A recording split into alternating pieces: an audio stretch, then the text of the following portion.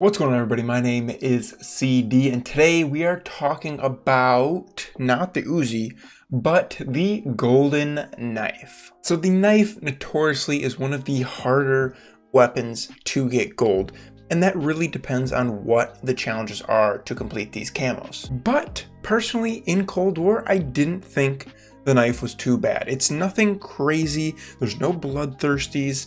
It was kind of just a grind. You just have to play with the knife consistently, get these challenges done, know exactly what you're looking for, whether that's sliding kills or kills in smoke, kills stunned. We'll go over the camos here, but I don't think the knife is too bad. So if you're worried about it, if you're trying to put it off, don't worry about it. I know Nuketown is almost up, at least the Nuketown 24/7 playlist, and obviously I wanted to get this done before Nuketown was gone because I felt like it's such a small map and there'd be so many good engagements for a knife that I feel like I could get it gold as quickly as possible. So let's go through some of the camos here if you guys don't know what they are already. So the first one here, you just need 75 kills. That seems like, I guess, quite a few kills, but to get the knife gold, you're gonna have to get a few hundred kills probably to get all the camos, especially if you haven't ranked it up. So personally, I actually ranked up the knife to its maximum in zombies and then came here into multiplayer to get all the camos done. Next up, you need 25 backstabbers. Now, when you're running around with a knife, a lot of the times you're flanking, so this one just kind of comes, it's only 25, and as long as you're not executing everybody that you see, you should get quite a few backstabbers here and there. It's something kind of tougher to go for, but I think it's just one of those ones that's going to come actively as you're getting the kills. Next up for the classic 25 finishing moves.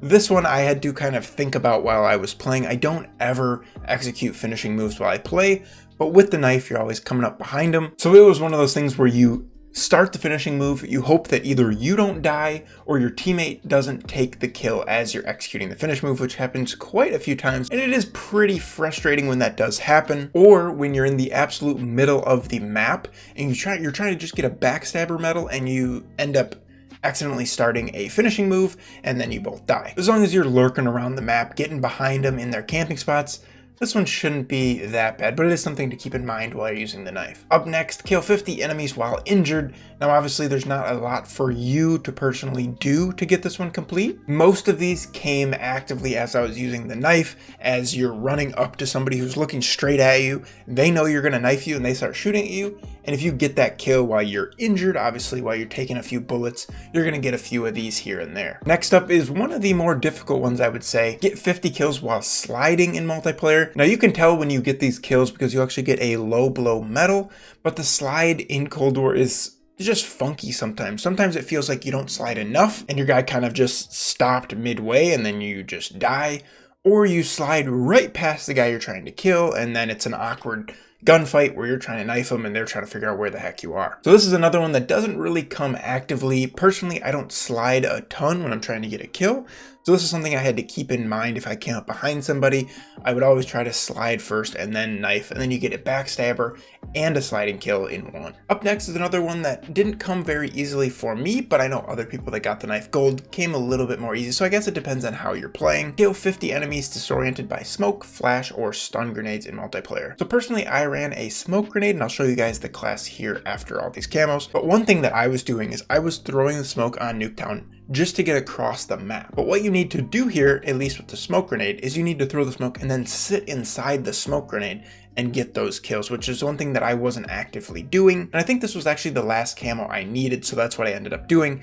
Throwing a smoke and then literally just crouching inside of it and waiting for people to run through it. I didn't try flash or stun. Maybe that would come a little quicker by throwing that stun and then obviously going up and getting that kill. I think that's kind of personal preference on what tactical you guys would like to use. And then finally, Psychedelic. This was the one I thought would be the most difficult, and it was actually one of the easier ones. And I don't know if that was Nuketown, just because of the close engagements or what, but basically get 25 double kills. This one came a little bit easier than I expected, so don't worry as much about this one. I think you'll get quite a few double kills just as you use the weapon. And again, this isn't something that you can really control, having two enemies close by and you being able to kill both of them. So here is the class that I used with it. So obviously primary does not matter. I have no idea why I have the Uzi on here. Have the knife, obviously, smoke, as I mentioned, Semtex, and jammer. I wasn't really sure what else to put on the field upgrade, so while playing Nuketown, when I would get to the enemy's building, I would just put a jammer down and then try and hide there and get some easy kills. The perks that I was running: Flak and Tack, Tracker, Quartermaster, Gung Ho, and Ninja. And obviously running the perk greed wildcard to get those 6 perks. Some of the differences from my kind of default perk setup is Quartermaster here in the perk 2 slot. And what that one did is it helped me possibly get another smoke grenade in a single life, which comes in handy a lot, at least on Nuketown. So if you guys do have any questions on the knife for me, you guys can put them in the comments down below. I'll answer as many as possible. Click the like button if you guys did enjoy it, sub if you haven't already, and we'll see you guys later.